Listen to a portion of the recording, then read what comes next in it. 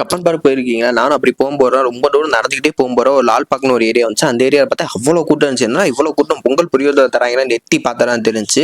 அதுக்குன்னா கிடையாது, போட்டிங்க்கு டாய் ட்ரெயின்னு சொல்லி சொன்னாங்க. சரி எப்படா பேமெண்ட் பார்த்தீங்கன்னா கேஷுக்கு தனி கவுண்டர் இருக்குது, யூபிஐக்கு தனி கவுண்டர் இருக்குது. நாங்கள் அப்படியே பேமெண்ட் தான் பண்ணி முடிச்சுட்டு உள்ள வந்தாச்சு. ஒரு ஆளுக்கு 35 ரூபா வாங்குறாங்க இண்டிவிஜுவலாக ஒன்றுக்கும். அப்படியே சுற்றி முட்டி ஒரு வழியாக போட்டிங் இருக்க ஏரியாவுக்கு வந்தாச்சுங்க. உள்ள போகும்போது போட்டை வச்சு வரவிட்டாங்க. அப்படியே உள்ள போனோன்னு தான் தெரிஞ்சு பெங்களூர்ல இப்படின்னா ஒரு ஏரியா வச்சிருக்காங்களான்னு. செம்மையா இருந்துச்சு ஏரியா பாக்குறதுக்கு. அப்படியே பார்த்துக்கிட்டு இருக்கும்போது ஒரு போட் வந்துச்சு.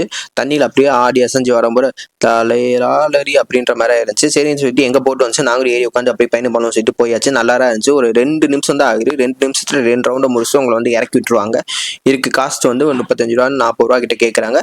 ஓகே வர இருந்துச்சு. பெங்களூர்ல டைம் ஸ்பெண்ட் பண்ணி சுற்றி பார்க்கணும்னு நினைச்சீங்கன்னா இந்த மாதிரினா போகலாம். நாங்கள் போய் முடிச்சு டாய் ட்ரெயினுக்கு போயாச்சு. ஒரு ரயில்வே ஸ்டேஷன் மாதிரியே செட்டப் பண்ணி வச்சிருந்தாங்க. நல்லா இருந்துச்சு. அருமை இதே மாதிரி ரேட்டா ரெண்டுமே டிக்கெட் முன்னாடி எடுத்துட்டு உள்ள வந்துடணும். இதே மாதிரி ட்ரெயின் வந்து ஃபாரஸ்ட்குள்ளனா போற மாதிரி செட்டப்ல வச்சிருந்தாங்க. டாய் ட்ரெயின் நல்லா இருந்துச்சு, சூப்பரா இருந்துச்சு. இன்னொன்று பார்த்தீங்கன்னா அந்த குகைக்குள்ளனா போய் வர்ற மாதிரி சீனரிஸ்லாம் இருந்துச்சு, சூப்பரா இருந்துச்சு வேடிக்கை பார்க்கறதுக்கு.